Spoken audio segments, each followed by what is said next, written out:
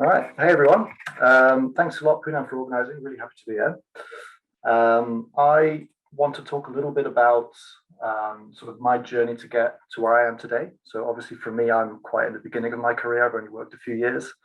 I still feel like I have a long way to go, but still, just to get to this point, you obviously have to make a lot of, key decisions at key times in your life. And I think these are decisions that you guys will be facing a lot soon, whether it's if you've already chosen your A levels, do you want to go to university? If so, which one? What course do you want to do? And obviously that age-old question that you might have been struggling with for a while is, what do I want to do with my life in terms of work? There's so many options. And I thought it would be cool to just sort of run you through, what I did, how I made those decisions, and yeah, how they led to where I am today, which I'm, to be honest, quite happy with. I'm really enjoying what I do. And then Ilse, I think, will dive a little bit more into the company and also what she does in the company and her really cool experiences at different different stages of her career. So maybe just a brief introduction who I am. So I'm Filip Browns. I'm a Belgian national. I was lucky to grow up in a place called Tenerife, which is sort of miles away from here. It's a small one of the Canary Islands. But I also did GCSEs and A levels, like I think most of you guys are doing. So I went to an English school. And yeah, I also had to make that big decision of where do I go for uni, if you want to go to uni. And I went to university in Belgium. It's a university called Leuven. You almost definitely don't know it, but in Belgium, it's one of the big ones. I did a number of different work experiences while I was at uni. I did a couple of exchanges. And then following university, I worked a couple of years in Brussels. So 2 years for a company called EDF Luminous, which is basically an energy supplier. So the equivalent for you guys would be, I think EDF Energy they also have an English subsidiary. It's the guys basically that supply your electricity and your gas. And I did that for a couple of years in Brussels. And then I decided to go off on my own adventure. I moved to London. So I've been now at Green Giraffe for a year and a half. Time flies. So I moved just in the middle of COVID. So September 2020, I think I started in the London office at Green Giraffe. So, obviously every step I said, whether it's, from university, which work experiences, the first job, all of these were really, key decisions. And making those decisions was tough. Now looking back, it all seems like it was so logical and obvious. But when I was 18, I had no idea what I wanted to do. No idea whatsoever. So I might actually segue, it's a good first step.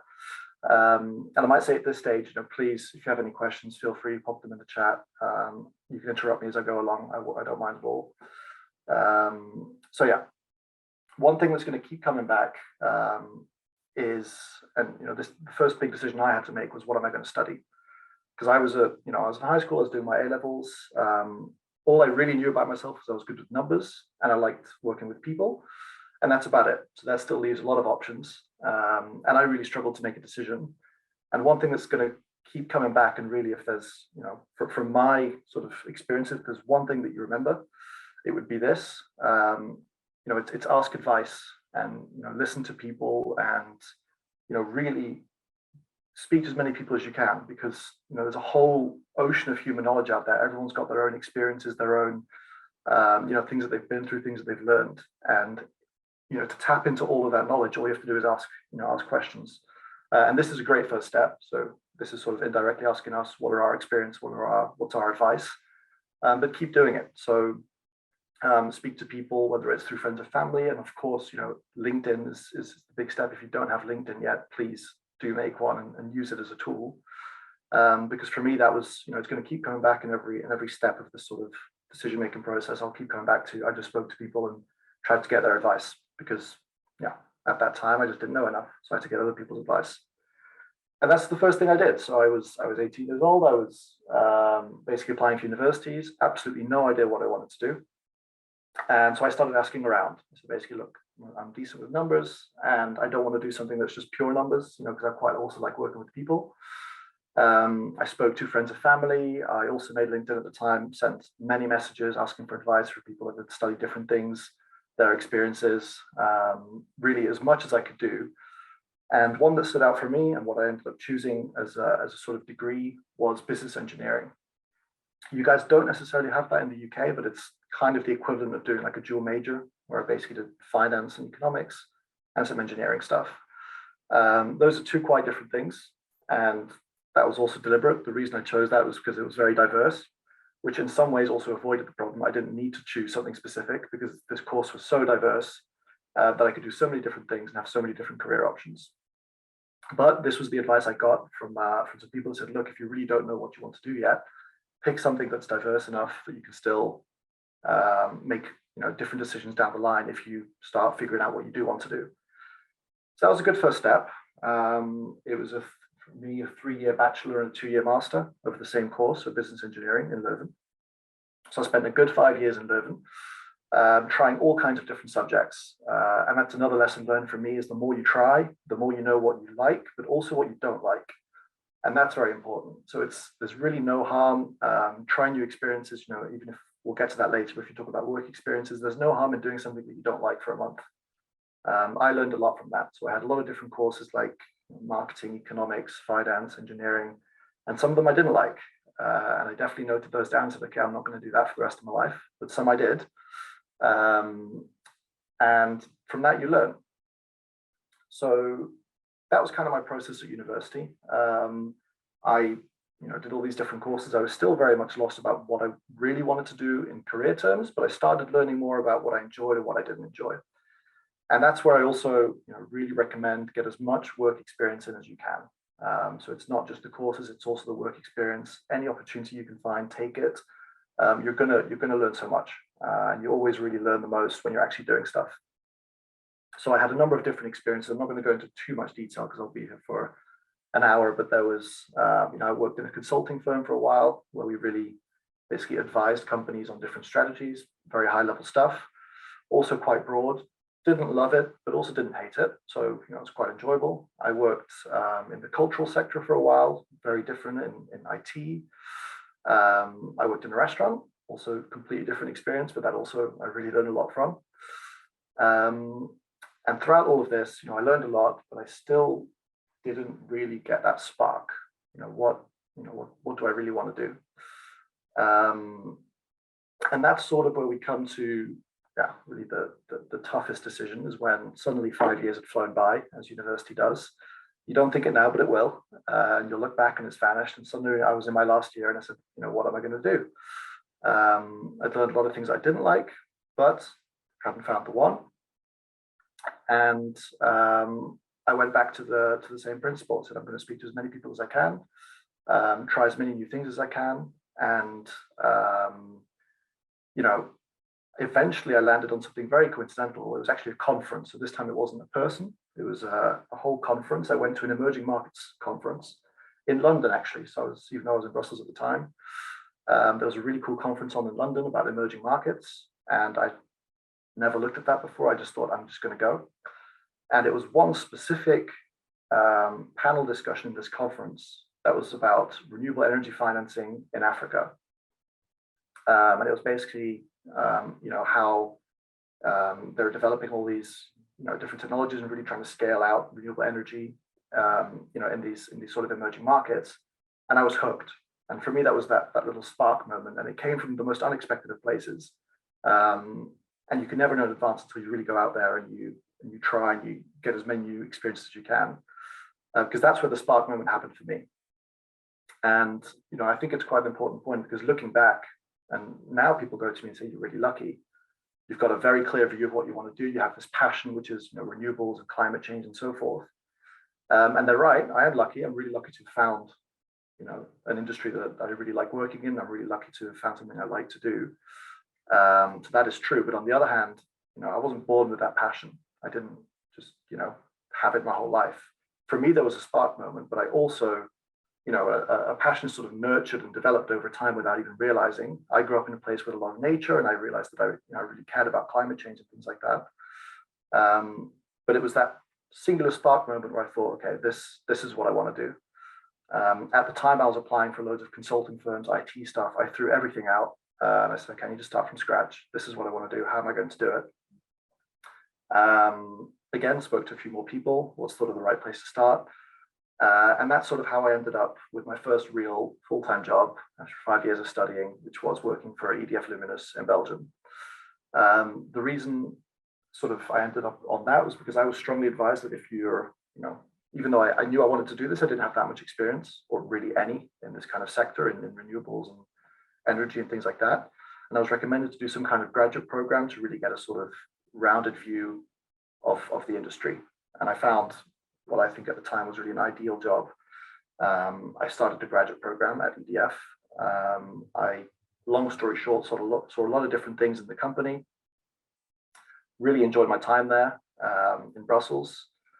And then suddenly COVID hits. So that was beginning 2020. It's like one big reset button in everyone's life. And for me, I was suddenly stuck in Brussels, could barely leave the house. And I sort of realized at that point that, even though I'd had really interesting experiences at EDF Luminous, I wanted to do something more. I wanted to have a slightly bigger impact. Luminous at the time was a secondary player in Belgium. So Belgium, as you can imagine, is already quite a small market. To be the secondary player is even smaller. I wanted to work somewhere where I could really have, real positive impact. Luminous was also still building gas-fired power plants, which is not renewables. So I wasn't really convinced by that either. And lastly, it wasn't international. And I really wanted to move abroad because I'd grown up abroad and I wanted to go abroad again, because you get different experiences, you see different things, you meet different people, and you explore new cultures, which really, throughout the whole thing, it's really valuable. And that's kind of how I ended up with Ilse. Long story short, she interviewed me for Green Giraffe, which is really an incredible company. Now I've worked here for a year and a half. Long story short, I ended up in the London office.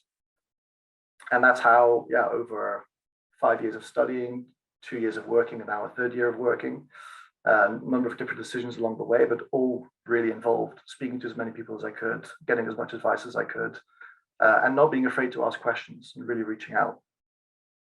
So that's how I ended up where I am today. I'm very happy to be here. And please, if you have any questions now, or if you have questions later, find me on LinkedIn. You should have my name. I will respond. I've responded to every LinkedIn so far where people are asking for advice. Maybe someday I won't be able to do that, but at the moment I still can. Don't hesitate. I'm happy to share my experiences and see if I can help. That was a long speech, so if you have any questions, shoot. Have a sip. You need some water. Yes, Hi, everyone. definitely. Hi, everyone. My name is Ilse van Loon. I'm a Dutch national, actually joining this conference at the moment from Amsterdam. Today, I'm working from home. I'm 43 years old. I live in Amsterdam together with my partner, Gijs. Gijs is a journalist, a correspondent. So somebody you see on the news so now and then. He's actually on site in the Philippines at the moment. And that leaves me alone with 3 teenagers here in the house, Gijs's kids, and 4 cats we have. What I wanted to say, living in a house at the moment with 3 teenagers even impresses me more for you guys to actually already be busy with your career, and compliments on that. I'm very well impressed by that. I grew up in the tulip area of the Netherlands. Well, you guys all know the Netherlands about windmills, about tulips. I grew up in the tulip area. That's where I attended high school. And after high school, I had the same struggle a little bit like Filip. I didn't know what I wanted to study. Eventually, I took a gap year. I worked a little bit. And after that year, I knew what I wanted to do. And I chose to study European studies, also with side tracks, marketing and communications. And one of the things we're talking about work today, throughout my studies, I've always been having jobs. So I worked in restaurants as well. I worked in the department store. I even worked in a cookie factory. How great is that? So my piece of advice actually to you guys, be active, be curious. Even though it's not your dream job, it will always bring something to you. And every piece of experience that you gain is very valuable already, because sooner or later you need to draft a CV to apply for a particular role. And if you show that you're not afraid to roll up your sleeves and you are good with clients and you're social and interactive and proactive, that is impressive already, enough to impress me. Okay, studies. 4 years in total in the Netherlands. That is, I was fortunate enough to actually got a scholarship for doing part of my studies in Bangkok in Thailand. Don't test me on my Thai language skills. I did learn other things over there. How much I also enjoyed to actually be in an international environment. So that was one of the ingredients, I need to say, for my future job. I definitely wanted to do something international. And yeah, I already work for quite some more years than Filip does. So I actually went into the job market in 2003. And it was a very tough job market at that moment in time. A lot of people were unemployed, and it was very difficult to find a job. Key thing is be persistent. I kept on trying. I eventually stepped into a role that was slightly below the level that I had envisioned. But if you work hard, people notice you and you will have the opportunity to grow. So that is another piece of advice that I would like to give to you guys. You may not immediately end up in your dream job. Also, such thing as the dream job does not exist. But I can guarantee you, every experience brings you to another experience. So eventually, where did I start? My first job, it was within an offshore company. And I ended up in a traineeship over there. And the traineeship is pretty much a very good way to have a sniff test. What do I like? Which departments do I like? What kind of activities do I like? So that's what I did. I did 3 different rotations, each 6 months long. And the last one that I actually had was a rotation in the HR department.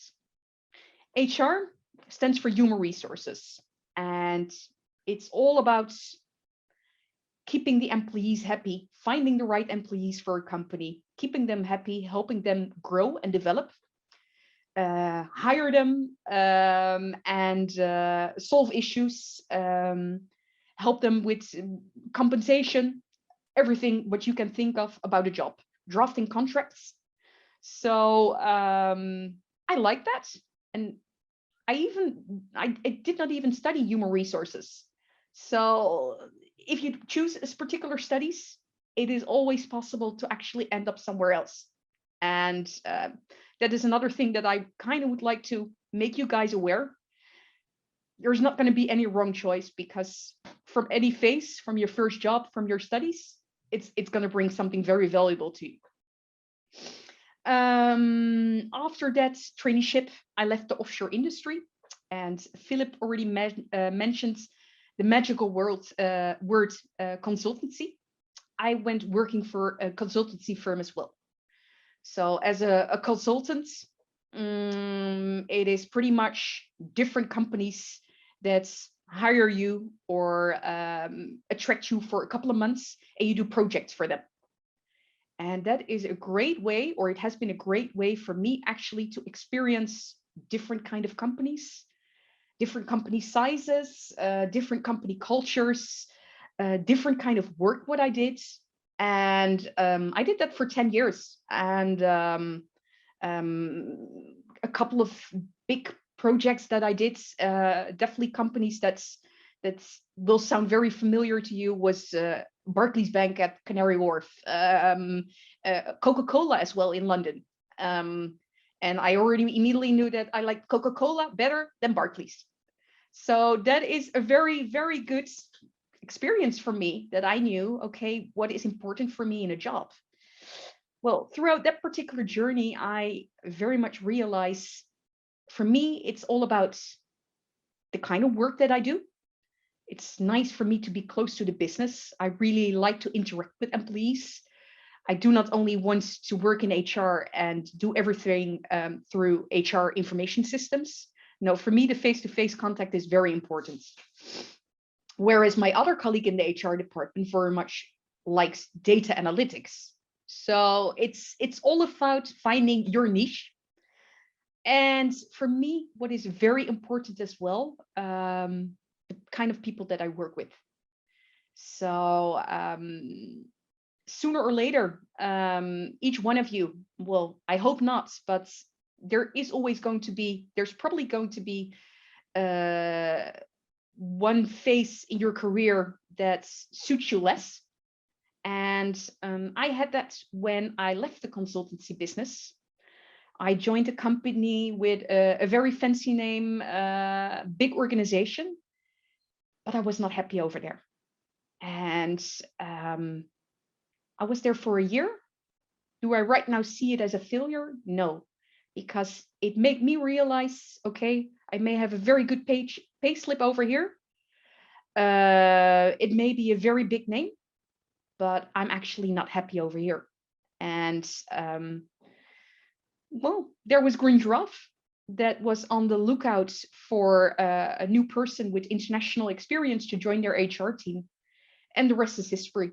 There was a very good click in the first interview that I had with the hiring manager. And I can guarantee you it's quite important that you get along with the people you work with.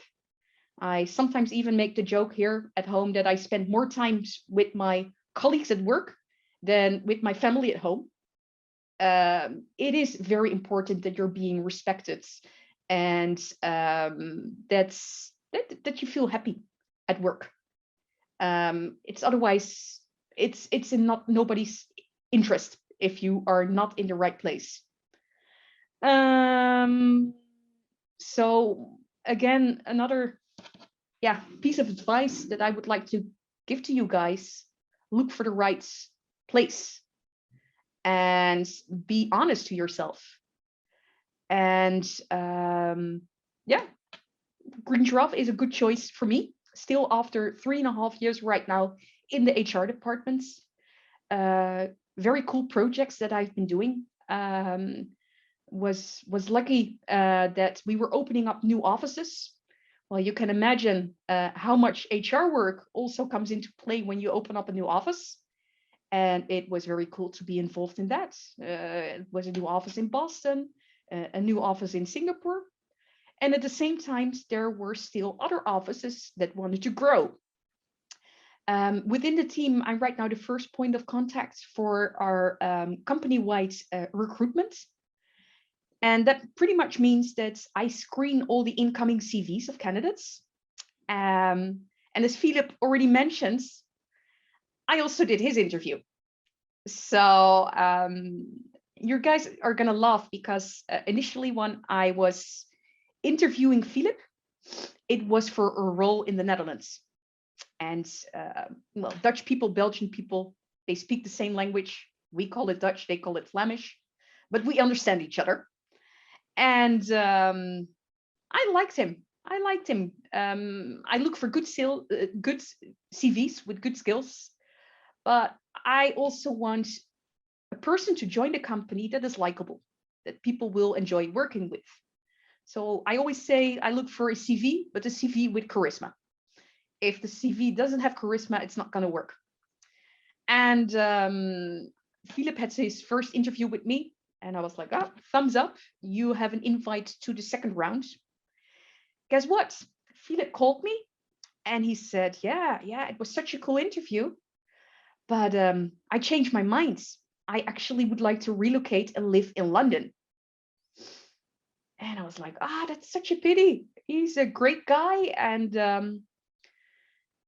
And we have an office in London, but I was not recruiting anybody for the London office.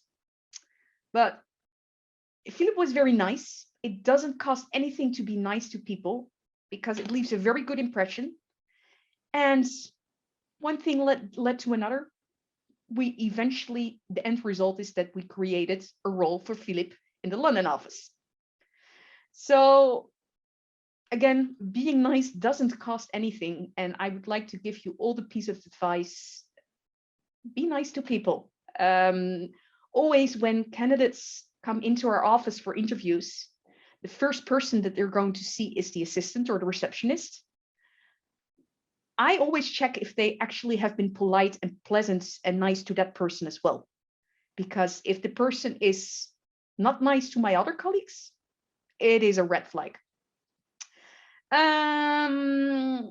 yeah, how do you apply when you want to have a job? That is something that I would like to focus on at the moment. So at Green Giraffe, we post all our jobs on our own website. Sometimes we also put jobs on Indeed, or we put jobs on LinkedIn. And yeah, if people are interested and think that they meet the criteria, they send me a CV. Some of them are brave because they do not meet all the criteria, but they convince me that they can learn. And I very much believe in the philosophy, even if you do not tick all the boxes, you can indeed learn the missing pieces of the puzzle.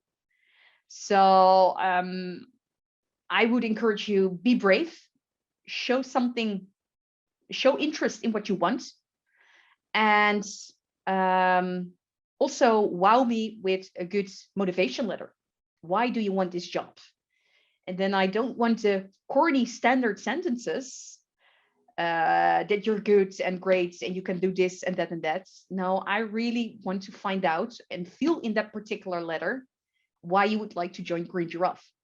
So a motivation letter for me is actually to convince me that you are really eager and on top of the list for getting the job.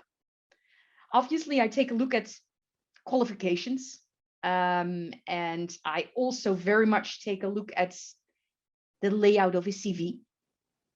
How do people present themselves? Does it not contain grammar mistakes? And also what I want to see in a CV is that people are themselves. So you don't have to impress me with fancy words.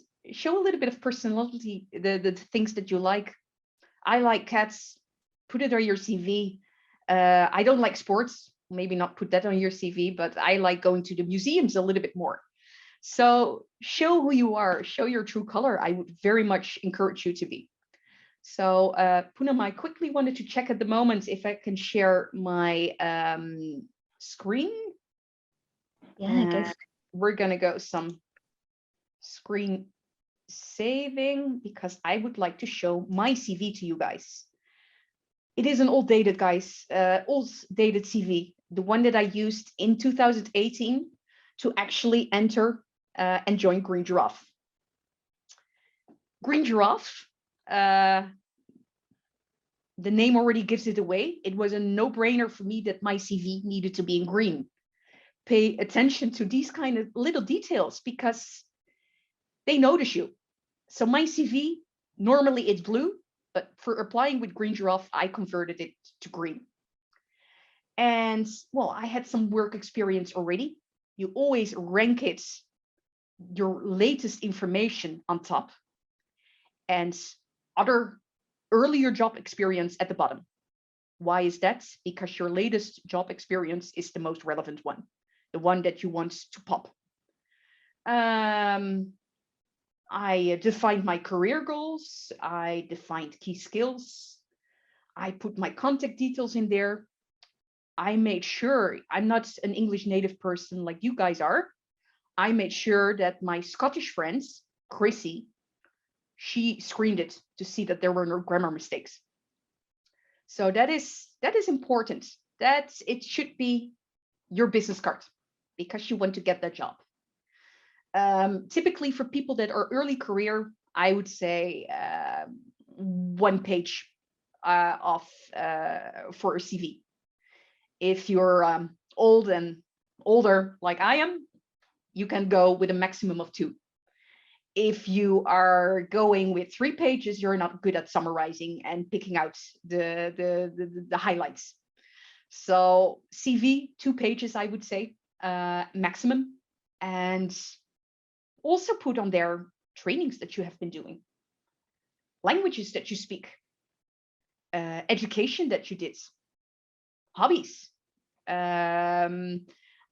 Also what you guys are doing at the moment with this particular initiative, put it on your CV that you guys are right now attending these kind of modules.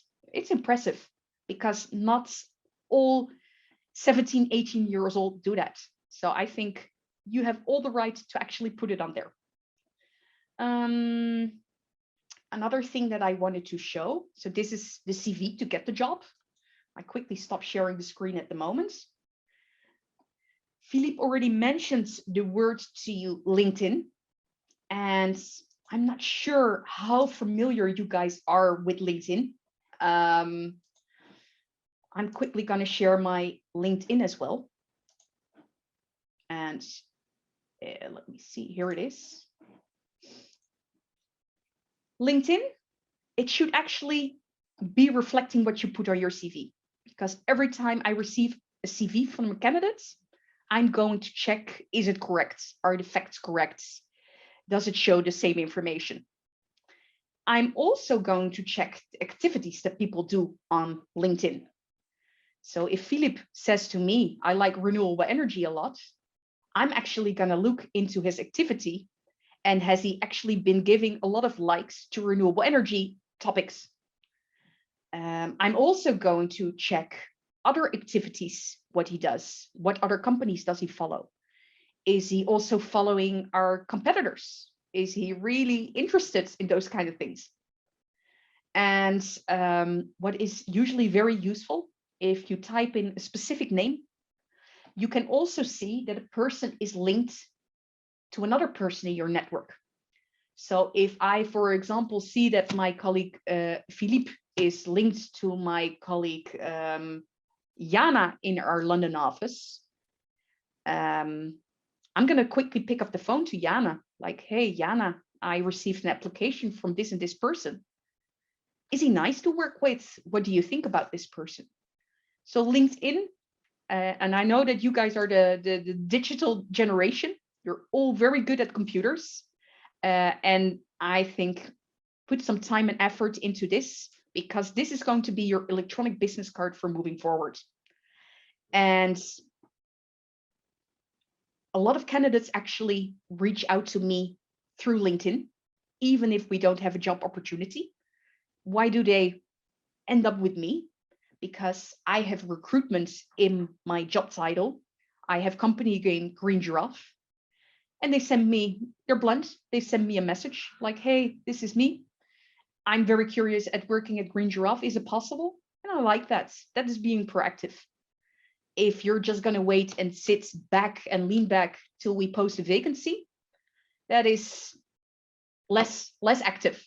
It's still good that you apply, but I actually like that people are curious and reach out.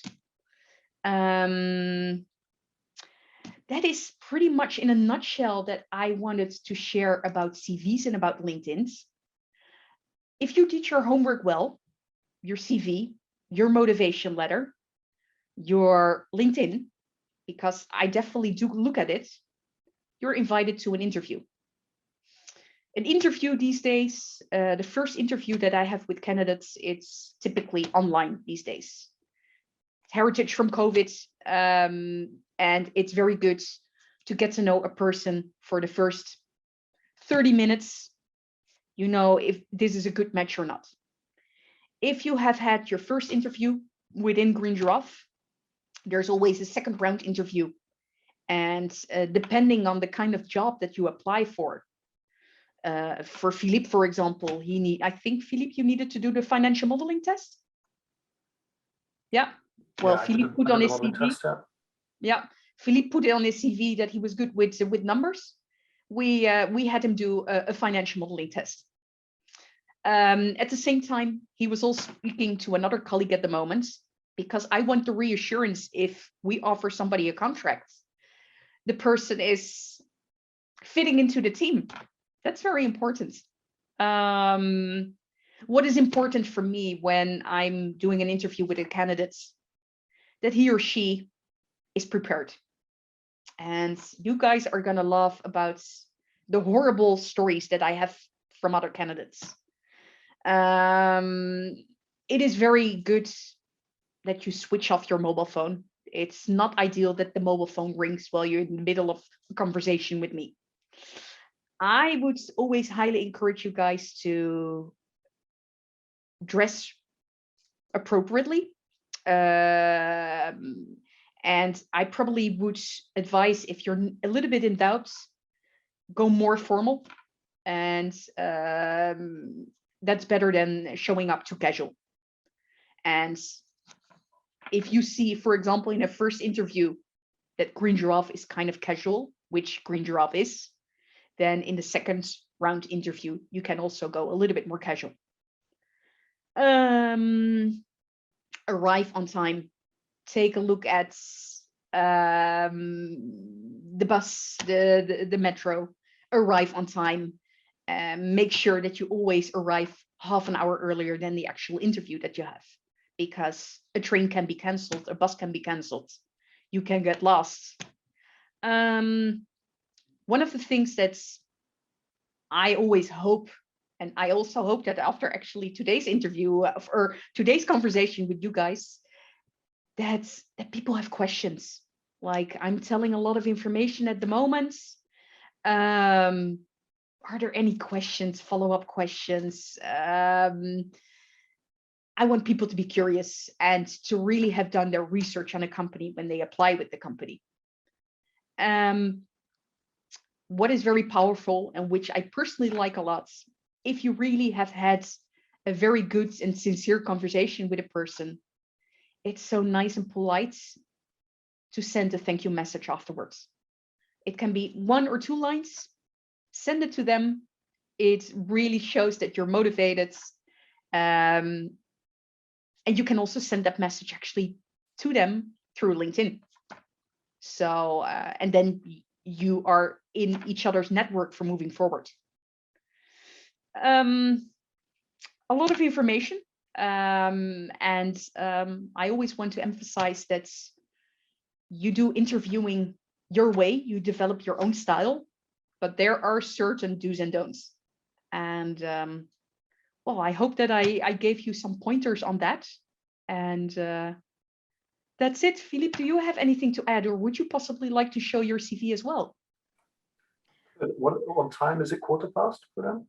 Yeah, so maybe Filip, instead of doing that, we have some questions from our students. We do finish around 15:15, but maybe if students are available to stay a bit longer, we can just go through those questions. So that was really helpful, Ilse. So much from me as well. I learned so much, and I love, I think Marie also loved that you put your CV in green when you're applying for Green Giraffe. Just those small touches are, yeah, like you said, really impressive. Before we get into the questions that we had about sort of applications and things like that, so we know that the green sector is a huge growth market, and you work for Green Giraffe, and the name Green Giraffe tells me that you're in the green sector. So could you, before we sort of get into the CV and interview style questions, could you give us a little bit of flavor about what Green Giraffe is as an organization and why it's important? Cool. Let me take that, Ilse. Yeah. So we're financial advisors, right? Ilse's dropped that name before. Advisors. What do we exactly do? Really high level, basically. Very large infrastructure projects. So in your mind, you can imagine these big, wind farms like wind turbines or massive solar plants. They're very expensive. A large offshore wind farm can cost, multiple billions of euros. What we basically do is we bring people that have money, like large banks, large institutions, things like that, and we couple them with people that need money, like project developers. And because there's so much money involved, this needs to be really structured and this needs to be really detailed. And so what you do is you then hire us to basically structure this, and we go into all the details about the turbines. We go into all the details about interest rates and all the complicated financial stuff. And we bring it all together, and that's basically what we do. And why that's important for the industry is because without players like us, sort of bringing people with money, with people that need money, these projects basically wouldn't be built. So it's really important basically to drive forward the energy transition is not just new technologies and things like that, but also the ones we have, offshore wind farms, solar panels, to really get them built and to basically mobilize huge amounts of money that we have in the market, that banks have, and basically get them towards green energy projects. That's kind of high level what we do. Great. Yeah, sounds brilliant. And we've had a question from our student who's asked, do you need to have like maths or economics either at sort of like before university or as a degree to sort of get into the role that you're doing, Philip? It's probably more a question for Ilse. I mean, I guess it depends on the role. For my role, it's quite a quantitative role, so I definitely think that helps. But because there's more project manager roles and things like that, I can imagine that other skills are also very useful rather than just the pure quantitative ones. Yeah, brilliant. And Ilse, so we had a question about sort of any tips for virtual interviews. So you mentioned now because of the pandemic, I had so many interviews that were face to face. I don't think I had a virtual one until actually we were during COVID. Do you have any tips for our students? They'll probably have to do lots of these sort of virtual interviews as well now for a good interview online. Oh yeah, definitely. Make sure your internet connection is good. I have one of the worst things that you can actually have is when you have a conversation with a person. Can you hear me? Can you see me?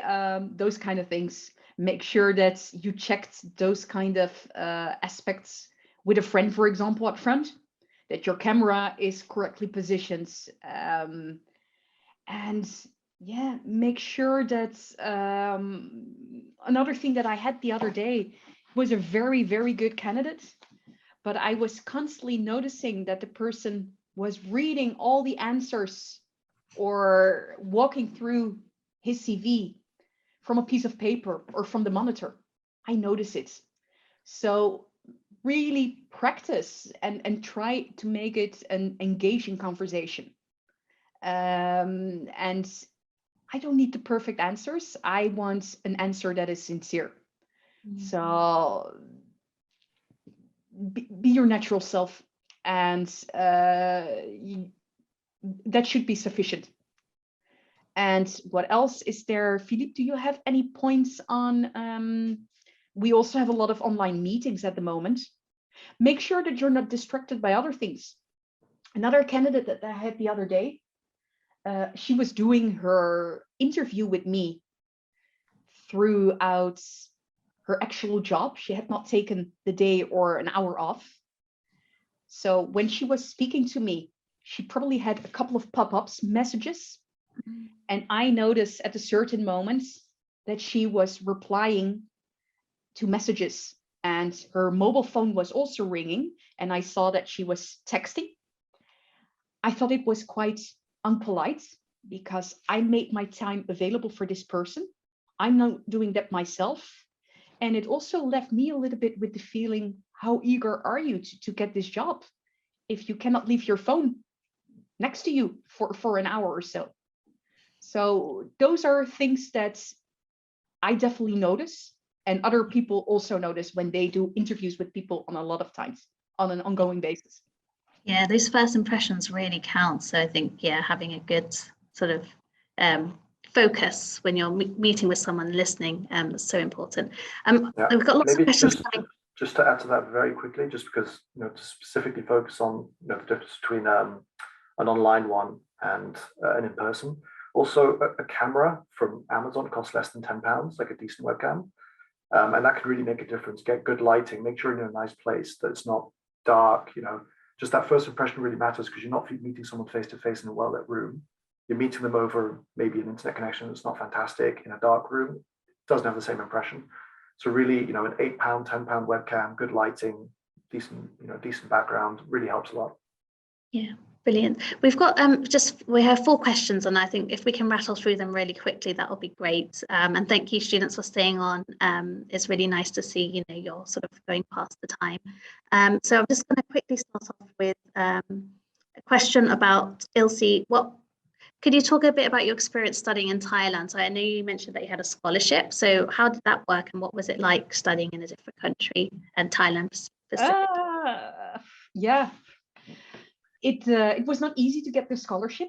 I need to come up with quite some motivation letters and motivational interviews. It was a lengthy process. I think what I learned from that is being persistent. If you really believe in something, go for it. Don't give up too quickly. and I had the best experience over there. Yeah, for you guys, it's quite normal to go to a school with school uniforms. In the Netherlands, it's not like that at all. So I went to a Thai university and I needed to wear a school uniform.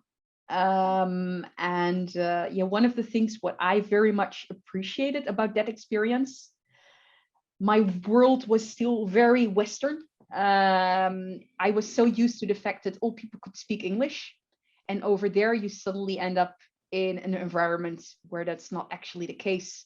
So many things get lost in translation. And there are also cultural differences. Like for a typical Thai person, they won't very easily say no, because that is a little bit like losing face.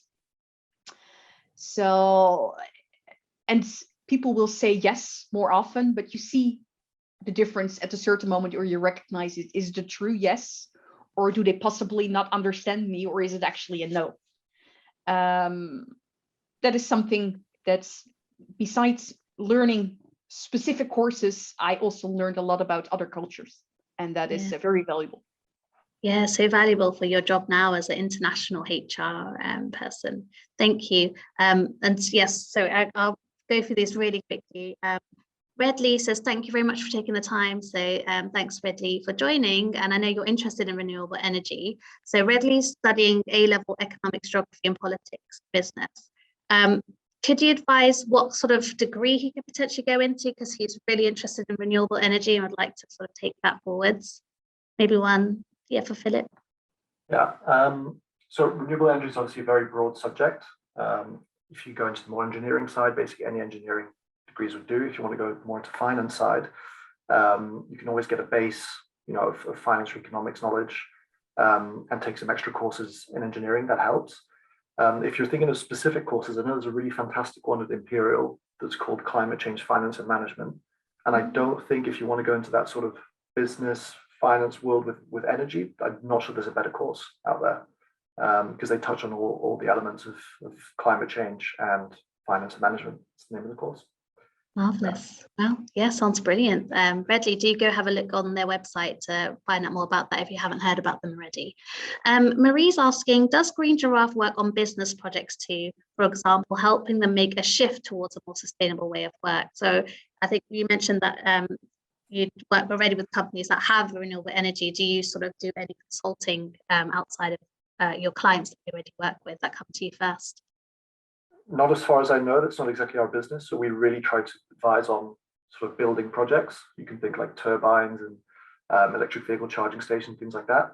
And we don't really advise companies to change their way of work. But there are a lot of companies out there that do that, and they're also very interesting. So definitely take a look at those if that's something you're looking to go into. Yeah. And in our industry as well, you see, for example, the trend that a lot of the traditional oil and gas companies are right now actually taking on renewable energy. They realize that renewable energy is the future. So there is a shift amongst, within the industry that we see with other companies. Yeah. And which leads quite nicely to our next question. So Muna's asked, what kind of roles exist within Green Giraffe? So we know that Filip works in sort of financial advisory. Ilse, you work in HR. Is there any other departments that help sort of run the business? Yeah, most of Filip, it's okay that I quickly take this one. Yeah, most of the colleagues that we have at Green Giraffe, I think 85% of them, they work in the project finance team. We call them the fee earners because they bring in the money. And I'm actually a fee burner. I only cost money. So you guys may hear that a little bit more in the future, fee earners, fee burners. I'm actually around together with other people in a so-called staff function. And in a staff function, 15% of our people, for example, that is needed to keep the business running. So it's, for example, people in our finance departments that pay the invoices that come in. It is, for example, our marketing team that keeps the website up to date. It's our legal team who checks documents. It is our office assistants who take care of paying the office rents, wire transferring the salaries.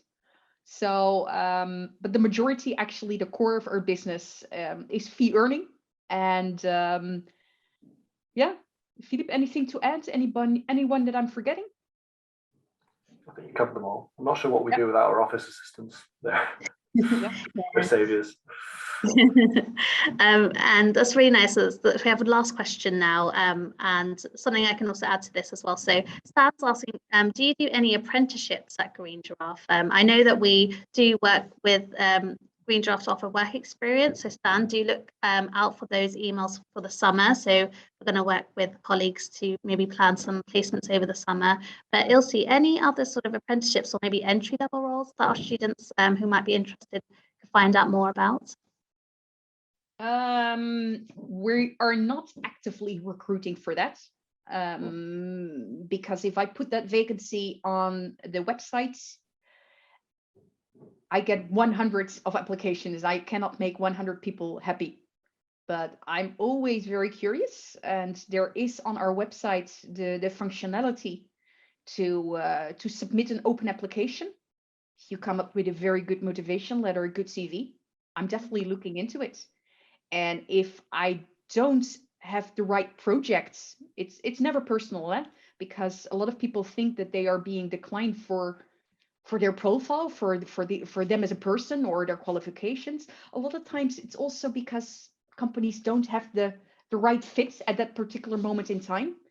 So if I like the profile, I'll still say to them, hey, it's a no for now, but can I keep your contact details on file? And in the end, that's also a win. And people can send me always a LinkedIn message. I think that's very powerful. But I would say try it. Our London office is very small. I have 10 desks over there. So I don't want to give people false hope that I can immediately take in 10 interns in that particular office. But we're always more than happy to consider it. And I think if we say a no, we are nice and we actually give people suggestions as well. Like, hey, we're currently missing this in your profile. You may want to boost up or fresh up your skills a little bit by taking this online course. So we go the extra mile, and I think it's always worth the try. You always get something out of it.